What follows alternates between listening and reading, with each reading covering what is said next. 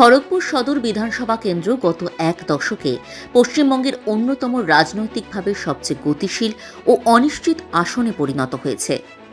Mini India নামে পরিচিত এই রেল শহরে বিভিন্ন ভাষা, সংস্কৃতি ও সামাজিক গোষ্ঠীর সহাবস্থান থাকায় ভোটের চরিত্র বরাবরই বহুমাত্রিক। তার ফলেই খড়গপুর সদরকে একটি হাই সুইং কনস্টিটিউয়েন্সি হিসেবে ধরা হয়, যেখানে দলীয় প্রভাব দ্রুত বদলে যেতে দেখা যায়।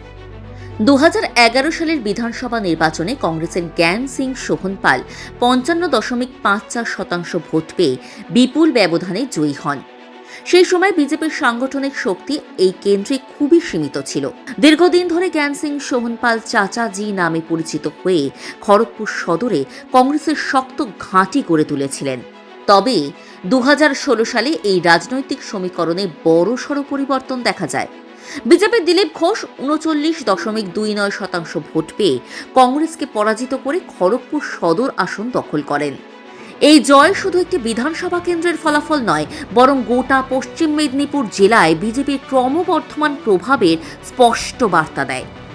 দিলীপ ঘোষের সাফল্যের মধ্যে দিয়ে এলাকাটিতে বিজেপির সংগঠন শক্তিশালী হওয়া এবং নতুন ভোট ব্যাংক তৈরি হওয়ার প্রক্রিয়াও স্পষ্টভাবে সামনে আসে। 2019 সালে দিলীপ ঘোষ মেদিনীপুর লোকসভা কেন্দ্র থেকে সাংসদ নির্বাচিত হলে খড়গপুর সদরে উপনির্বাচন হয়।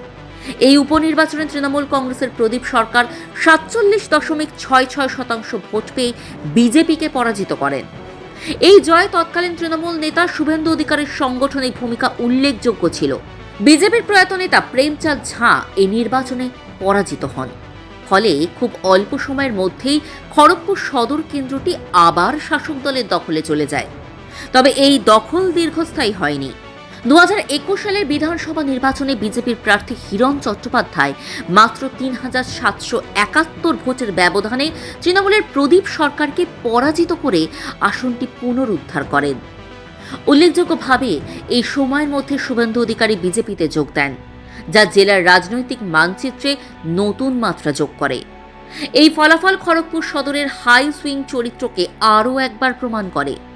সাম্প্রতিক লোকসভা নির্বাচনের পরিসংখ্যানও এই অনিশ্চয়তার ইঙ্গিত দেয়। পাশাপাশি এসআইআর এর আওতায় প্রায় 25,000 অ্যাবসেন্ট ভোটার পড়েছে বলে অভিযোগ উঠেছে, যা ভোটের অঙ্কে প্রভাব ফেলতে পারে। বর্তমানে খড়গপুর শহরকে অনেকেই আবার দিলীপ ঘোষের গড় হিসেবে দেখছেন। তিনি ও হিরণ চট্টোপাধ্যায় নিয়মিত কর্মসূচির মাধ্যমে এলাকায় সক্রিয় রয়েছেন। অন্যদিকে তৃণমূল সংগঠন মজবুত করতে উন্নয়ন ও রাজনৈতিক বার্তার উপর জোর দিচ্ছে। সব মিলিয়ে রাজনৈতিকভাবে সচেতন মানুষের নজরে খড়গপুর সদর এখনও এক উত্তেজনাপূর্ণ ও নির্ণায়ক কেন্দ্র, যেখানে ভবিষ্যতের ফলাফল নির্ভর করবে ভোটারদের শেষ মুহূর্তের সিদ্ধান্তের ওপরই।